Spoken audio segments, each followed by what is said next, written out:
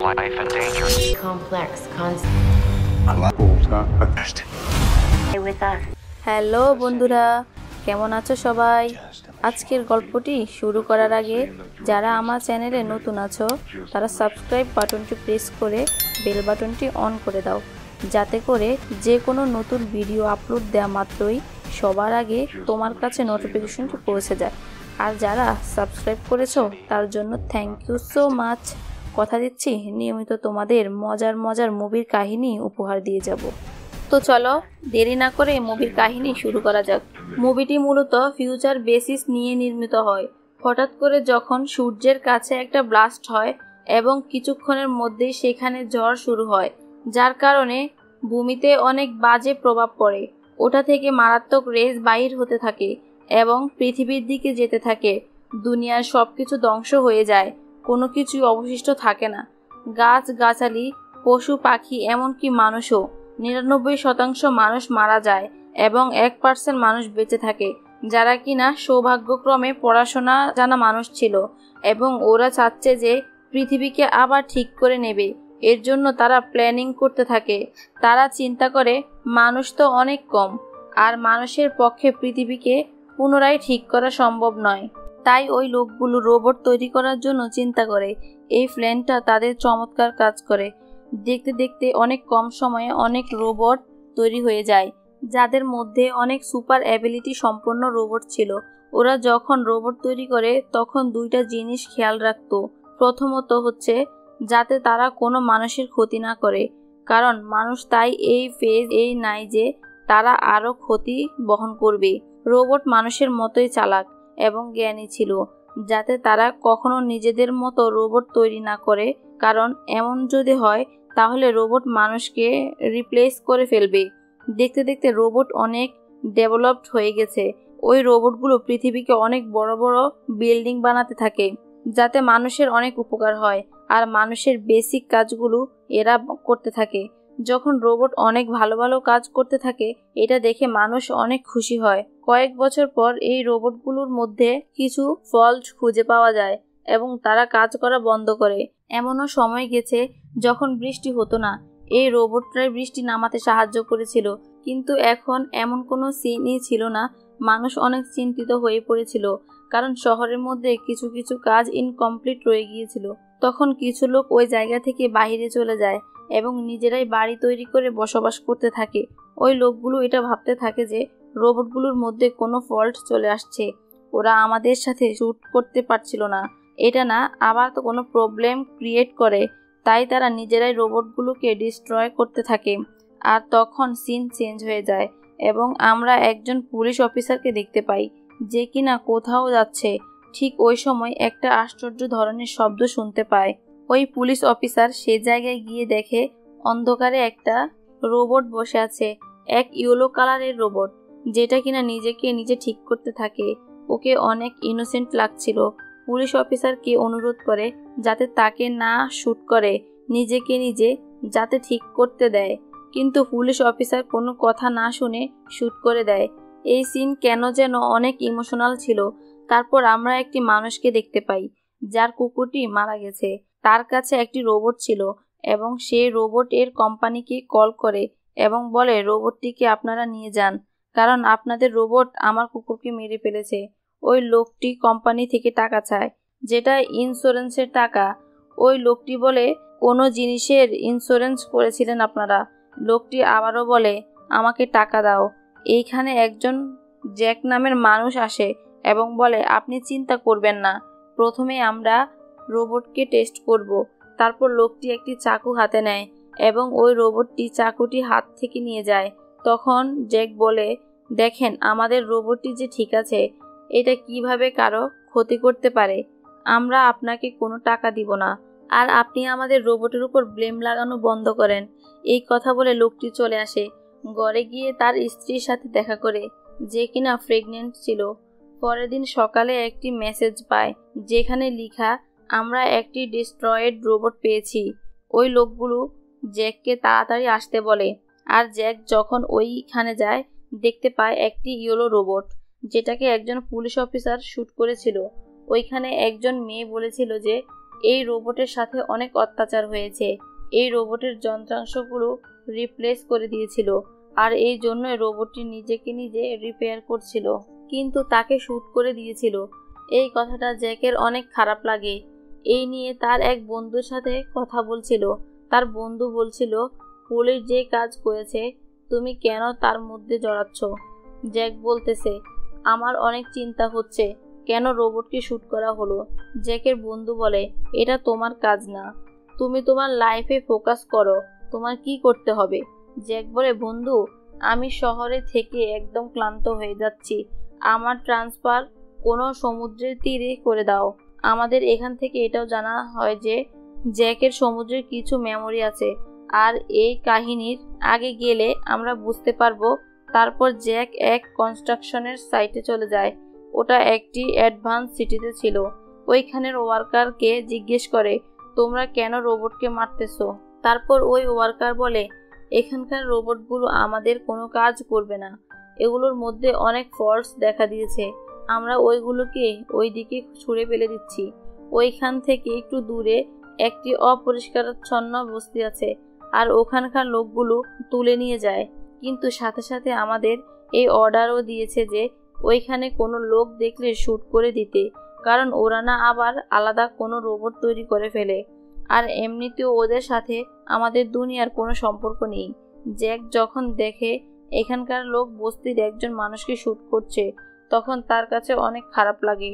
আর Jack যখন অন্যদিকে যায় তখন অনেকগুলো রোবট দেখতে পায়, কিন্তু ও দেখে মনে হচ্ছে ওই রোবটগুলো অনেক ভয়ে ভয়ে আছে। তাদের মধ্যে একটি রোবটের কাছে জ্যাক যায় কথা বলার জন্য, কিন্তু তার আগেই ওই রোবট নিজে আগুন ধরিয়ে দেয়, যেটার জন্য জ্যাকের অনেক দুঃখ হয়। তারপর জ্যাক তার কোম্পানিতে ফিরে আসে। সেখান থেকে সে জানতে পারে যে রোবট থেকে একটি নিউক্লিয়ার ব্যাটারি পাওয়া গেছে, আর এটার কারণে রোবটরা অনেকক্ষণ কাজ করতে পারত, আর এটা কোনো সাধারণ ব্যাটারি না। তারপর জ্যাকের লিডার, যে কিনা ওইখানে কাজ করে, ও বলে এই পার্টের সম্পর্কে আরো ডিটেলস বাহির করো। জ্যাকের বন্ধু জ্যাককে বলে, তুমি তো চাও যে তোমার ট্রান্সফার সমুদ্রের তীরে হতো, তার বদলে তোমাকে একটি কাজ ভালো মতো করতে হবে। তুমি খুঁজে বের করো এই রোবট এবং বাকি রোবটের মধ্যে এই ব্যাটারিকে লাগিয়েছে এবং কোথায় থেকে আসছে, আর সব লোক এই কাজে লেগে গিয়েছিল যাতে এটা খুঁজে বাহির করতে পারে। জ্যাক কোনো কিছু বুঝতে পারছিল না। তারপর সে আবার ওই ওয়ার্কারের কাছে যায়, যে কিনা প্রথমে কথা বলেছিল। ও বলছিল এটা কোনো মানুষের কাজ হতে পারে না, হতে পারে কোনো রোবট চেঞ্জ করেছে ওই রোবটের, কারণ কোনো রোবটের এটা করা অ্যালাউ ছিল না যে সে নিজেকে নিজে মেরে ফেলে। আর যেটা তুমি বলেছিলে রোবট নিজেকে নিজে আগুন লাগিয়ে দিয়েছে, এটা তো আমার অনেক স্ট্রেঞ্জ লেগেছে। পরে জ্যাক তার বাড়িতে ফিরে যায় এবং তার ওয়াইফকে বলে, হতে পারে আমাদের ট্রান্সফার হয়ে যাবে সেখানে, আর আমরা এই সিটি ছেড়ে অনেক দূরে চলে যাব। তারপর ওয়াইফ বলে, এটা কিভাবে হয়, কারণ আমাদের তো বেবি হতে যাচ্ছে, এই সময় কিভাবে আমরা অন্য জায়গায় যেতে পারি। জ্যাক তার ওয়াইফকে বোঝানোর চেষ্টা করে, আমি এই শহরে থাকতে পারবো না, এইখানে নকল মানুষ বসবাস করে, তাদের কারো ফিলিংসের কোনো খেয়াল নেই। তার ওয়াইফ বলে, এখন আমাকে বিরক্ত করো না। তারপর জ্যাক ওখান থেকে চলে যায়, কিন্তু এখনো সে ওই বিষয়ে ভাবতে থাকে, ইউলো রোবটকে কেন শ্যুট করেছিল, আসলে ও ওখানে লুকিয়ে কি করছিল, কেন সে নিজেকে নিজে ঠিক করেছিল। আর জ্যাক ওই জায়গায় যায়, সেখানে ইউলো রোবটকে শ্যুট করেছিল। ও ওখানে সবকিছু চেক করতে থাকে, আর ওইখানে একটি জিনিস খুঁজে পায়, আর ওইটা হচ্ছে নিউক্লিয়ার ব্যাটারি, যেটা কিনা ওই রোবটটি লুকিয়ে রাখছিল। এখন জ্যাক বুঝতে পারছিল না যে এই নিউক্লিয়ার ব্যাটারি আসছে কোথায় থেকে। সে এই পুলিশ অফিসারকেও বলে, যে কিনা ওই রোবটটিকে মেরেছিল। তারপর ওই ব্যাটারি তাকে দেখায়। পুলিশ বলে, চলো তোমাকে একজন মহিলার কাছে নিয়ে যাই, হতে পারে ওই মহিলা এটা জানে। আর যখন ওই লোকগুলো ওইখানে যায় এবং ফিমেল রোবটকে দেখতে পায়, দেখতে অনেক সুন্দর ও ক্লেভার মনে হচ্ছিল। সবচাইতে আশ্চর্যকর ব্যাপার হলো ওর সেটিংগুলো চেঞ্জ করে দেওয়া হয়েছে এবং ওই দুইটা রুলসকে সরিয়ে ফেলা হয়েছে। প্রথমটা ছিল মানুষকে ক্ষতি না করার রুলস, এবং দ্বিতীয়টি এক রোবট অন্য কোনো রোবট তৈরি করতে পারবে না। তার মানে হচ্ছে এই ফিমেল রোবটটি তাদের জন্য ক্ষতিকারক হতে পারে। তারপর জ্যাক ওই রোবটের মালিককে প্রশ্ন করে, এর ক্রিয়েটর কে? ওই বলে, আমি জানি না। এই কথা শুনে পুলিশ অফিসার রেগে যায় এবং ফিমেল রোবটের পায়ে গুলি করে দেয়। তারপর ওখান থেকে চলে যায়। পুলিশ বলে, এটা কেন করেছি, কারণ ওই রোবটটা এখন ইনজুর্ড। এখন ওই রোবটের মালিক রোবটটাকে তার ক্রিয়েটরের কাছে রিপেয়ার করতে নিয়ে যাবে, আর আমরা তাকে ফলো করব। জ্যাক বলে, হ্যাঁ, আমি বিশ্বাস করি। রোবটের ক্রিয়েটর ওই ব্যাটারিটি কিনবে এবং আমাদের বলে দিবে ব্যাটারিটি কোথা থেকে আসছে। পুলিশ অফিসার বলে, এর প্রফিট তুমি আমাকে দিবা এবং ওই প্রফিটকে আমরা অর্ধেক অর্ধেক ভাগ করে নিব। তারপর তারা ওই মহিলার পিছে পিছে যায়, দেখে একটি ফ্যাক্টরির কাছে গিয়ে গাড়িটি দাঁড়ায়। যখন জ্যাক ফ্যাক্টরির ভিতর যায় তখন মহিলাটি জ্যাকের দিকে গান পয়েন্ট তাক করে রাখে, কিন্তু জ্যাক নিউক্লিয়ার ব্যাটারিটি মহিলাকে শো করে। তখন মহিলাটি বলে, তুমি ব্যাটারিটি কোথা থেকে পেয়েছো? জ্যাক বলে, এই কথা ছাড়ো, আমাকে বলো তুমি কি সেই ব্যক্তি যে ব্লু রোবটের পার্টস চেঞ্জ করেছিল? আর ওই মহিলা বলে, হ্যাঁ, তবে তার পিছনে একটি উদ্দেশ্য ছিল। যখন আমরা মানুষরা রোবট বানানো শুরু করি তখন রোবটগুলো ভালো ছিল না, কিন্তু যখন সময়ের সাথে সাথে আমরা রোবট বানাতে থাকি এটা উন্নত হতে থাকে। এই রোবটগুলো আমি তৈরি করেছি। আমাকে কি এটা মনে হয় না আমরা যদি এই রোবটগুলোকে অ্যালাউ করি তাহলে এরা নিজেদের চাইতে আরো ভালো রোবট বানাতে পারবে। এটার পিছনে আমার অন্য কোনো উদ্দেশ্য ছিল না। ওই মহিলা জ্যাকের সাথে অনেক সুন্দর করে কথা বলতে থাকে। তারপর জ্যাক ওই জায়গা থেকে চলে আসার আগে মহিলাকে বলছে যে ওই রোবটটি কোথায় পাবো, যেই রোবটের নিউক্লিয়ার ব্যাটারি ছিল। তারপর ও ওই জায়গা থেকে চলে আসে এবং তার বন্ধু রবার্টকে সবকিছু বলে, কিন্তু এই নিউজ ছড়াতে থাকে। জ্যাক বলল যত দ্রুত সম্ভব এই ব্যাপারটা সমাধান করতে। জ্যাক দ্বিতীয়বার ওই লেডির কাছে যায়। লেডি বলে, তুমি আমাকে যে অ্যাড্রেস দিয়েছিলে আমি সেখানেই যাই, আর আমি এই রোবটের সিস্টেম ব্লু রোবটের ভিতর ইনস্টল করে দিই এবং এটা অনেক ক্লেভার হয়ে যায়। সে নিজেকে নিজে ঠিক করে ফেলতেছে। তাহলে আমার কথা ঠিক আছে না, যে এক রোবটে অন্য রোবটকে তৈরি করতে পারে? ওরা কথা বলছিল তখনই দরজাতে কেউ নক করে। দরজা খুলে দেখে একটা বাচ্চা দাঁড়িয়ে আছে, কিন্তু হঠাৎ করে বাচ্চাটি মহিলাটিকে গুলি করে দেয়। এটা দেখে জ্যাক জীবন বাঁচিয়ে দৌড়ে বাহিরে চলে আসে এবং একটি গাড়িতে উঠে পড়ে। কিন্তু গাড়িতে ওই ব্লু রোবটটিও ছিল। ওদের পিছনে কিছু খারাপ লোক গাড়িতে তাড়া করছিল। জ্যাক ওই পিছু করার মানুষগুলোকে মেরে ফেলে, আর কিছুক্ষণ পরে গাড়িটি ধাক্কা লেগে আগুন ধরে যায়। সকালে যখন জ্যাকের চোখ খোলে দেখতে পায় ব্লু রোবট নিজেই নিজেকে রিপেয়ার করতেছে, আর এটা দেখে জ্যাক অনেক আশ্চর্য হয়ে যায়, কারণ তাদের মধ্যে সত্যি অনেক ক্ষমতা ছিল।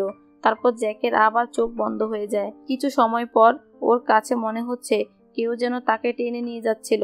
তার সাথে 3টি রোবট ছিল এবং ব্লু রোবটটিও ছিল, যারা তাকে কোথায় যেন নিয়ে যাচ্ছিল, আর তারা একটি মরুভূমিতে তখন ছিল।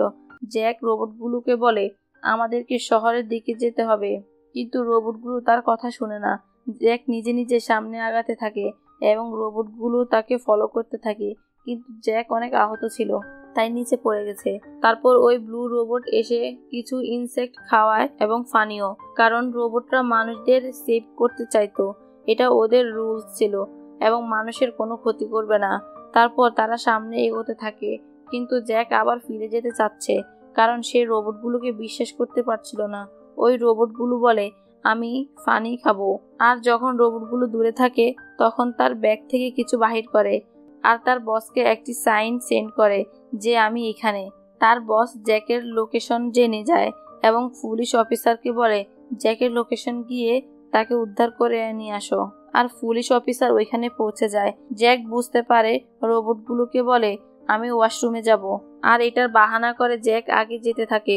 সে একটি ফ্লেয়ার গান দিয়ে সাইন পাঠায়, কিন্তু ফ্লেয়ার গান থেকে বের হওয়া সাইন রোবটও দেখে ফেলে, আর রোবটগুলো বুঝতে পারে সে জ্যাক এখান থেকে পালিয়ে যেতে চাচ্ছে।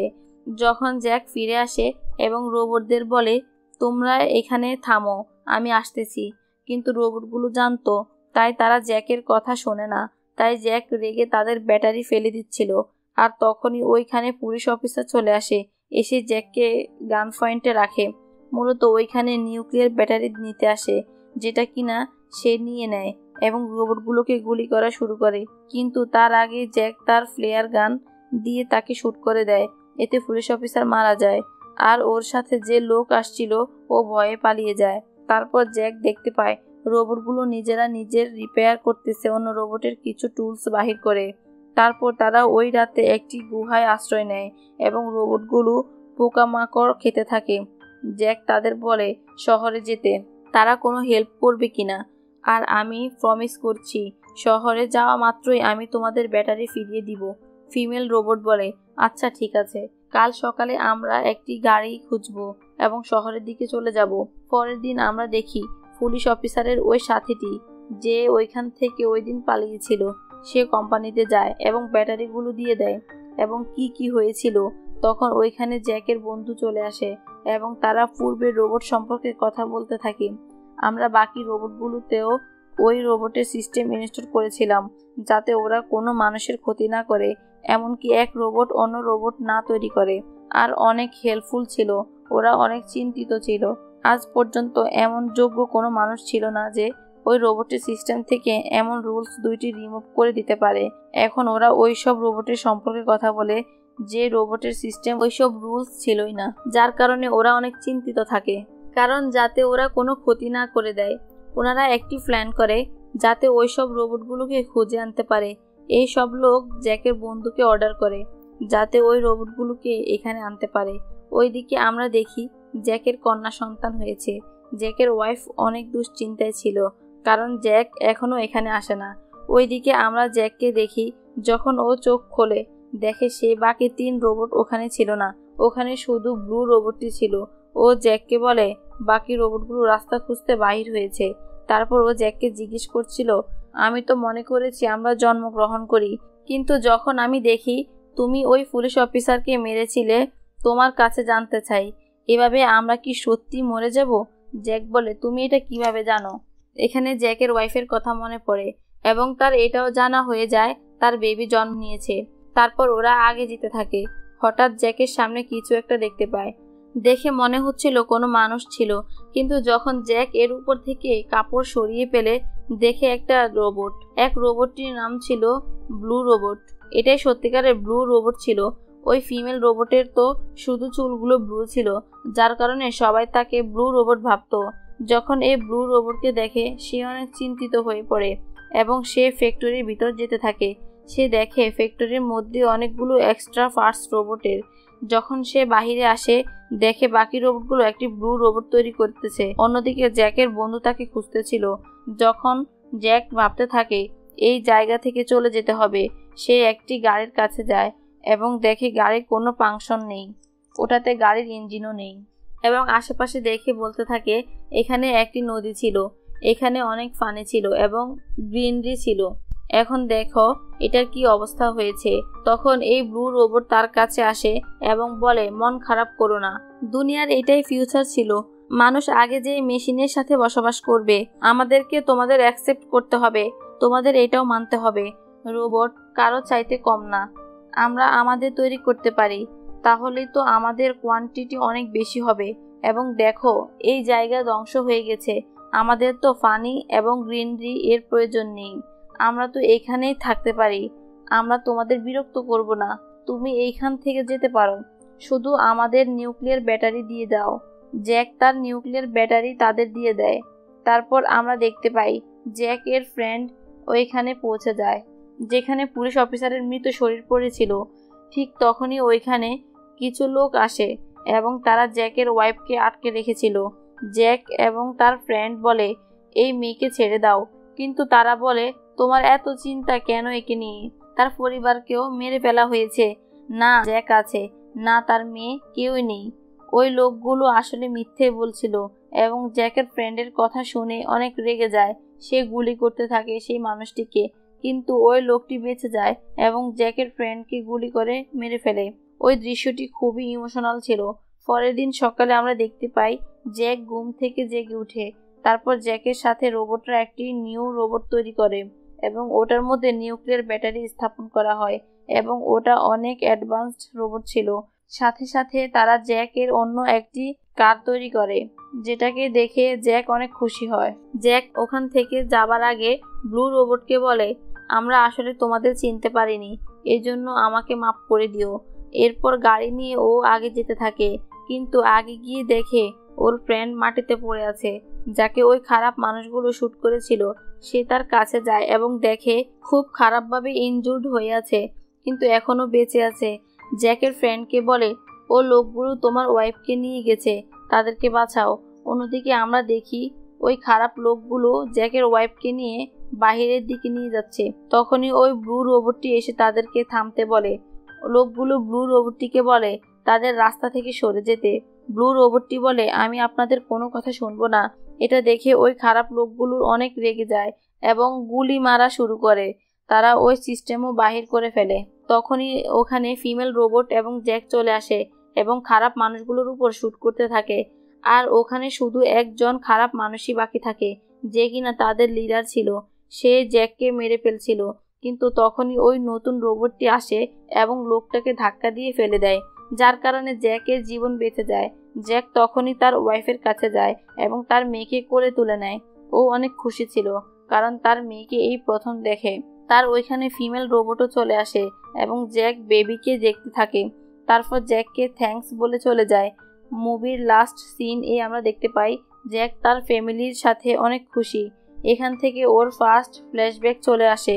আমাদের জানা হয় সমুদ্রের সাথে কেন তার এত মেমোরি, কারণ তার ছেলেবেলা এখানে কেটেছে। সে এখানে থেকে যেতে চায়।